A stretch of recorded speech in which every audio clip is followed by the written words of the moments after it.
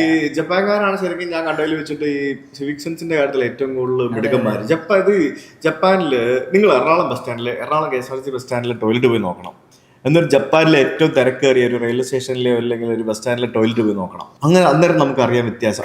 അത് ക്ലീൻ ചെയ്യാൻ വരുന്നവരുടെ മിടുക്കൊണ്ടല്ല, അത് ഉപയോഗിക്കാൻ വരുന്നവരുടെ മിടുക്കൊണ്ടാണ്. അപ്പൊ നിങ്ങൾ വിചാരിക്കും ജപ്പാനിലെ ആൾക്കാർ ചന്തി തുടക്കിയാണ് പേപ്പറെന്ന്. അല്ല, അവരും വെള്ളം ഉപയോഗിക്കുന്നുണ്ട്. അവരുടെ ടെക്നോളജി വ്യത്യാസമുണ്ട്. മറ്റേ ജാപ്പനീസ് ബിഡറ്റ് ടോയ്ലറ്റ് ആണ് അവർ യൂസ് ചെയ്യുന്നത്. അത് വെള്ളം പുറത്തേക്ക് വരുന്നില്ല. നമ്മളെന്ന് പറഞ്ഞാൽ ഒരു ബക്കറ്റ് വെള്ളം കൊണ്ടല്ലേ നമ്മളെ ആൾക്കാര് കാര്യം സാധിക്കുന്നതും ബാക്കിയുള്ള സംഭവം അത് മൊത്തം വെള്ളം ഇടുന്നു. ശരിക്കും ഈ ടോയ്ലറ്റുകളിൽ വെറ്റ് ഏരിയ ഡ്രൈ ഏരിയ എന്ന് പറഞ്ഞൊരു കൺസെപ്റ്റ് ഇപ്പോഴും പല സ്ഥലങ്ങളിലും ഇല്ല. ഈ വെറ്റ് ഏരിയ ഡ്രൈ ഏരിയ എന്ന് പറഞ്ഞൊരു കൺസെപ്റ്റ് കൊണ്ടുവന്നാൽ തന്നെ നമുക്ക് ആക്ച്വലി ടോയ്ലറ്റുകൾ വളരെ ക്ലീൻ ആയിട്ട് യൂസ് ചെയ്യാൻ പറ്റും. വീടുകളിൽ പോലും നമുക്കത് ചെയ്യാവുന്ന ഒരു കാര്യമാണ്. Wet area dry area. നമ്മൾ ഈ ഹോട്ടലിലൊക്കെ പോകുമ്പോഴത്തേക്കിനും നമുക്ക് ഷവർ ഏരിയ ഒക്കെ സെപ്പറേറ്റ് ആയിട്ട് കാണുന്നതുകൊണ്ട് നമ്മൾ അവിടെ നിന്ന് കുളിക്കുമ്പോഴത്തേക്കിനും ആ വെള്ളമൊന്നും പുറത്തേക്ക് വീഴുന്നില്ല. അത് വളരെ ഈസി ആയിട്ട് വലിയ ചെലവില്ലാതെ തന്നെ നമുക്ക് എല്ലാ വീടുകളിലും ചെയ്യാവുന്ന ഒരു കാര്യമാണ്. അപ്പൊ അവിടെ നിന്ന് നമുക്ക് ബേസിക് ഇതുപോലെയുള്ള ടോയ്ലറ്റ് ഹൈജീൻ സംഭവങ്ങളൊക്കെ തുടങ്ങാം.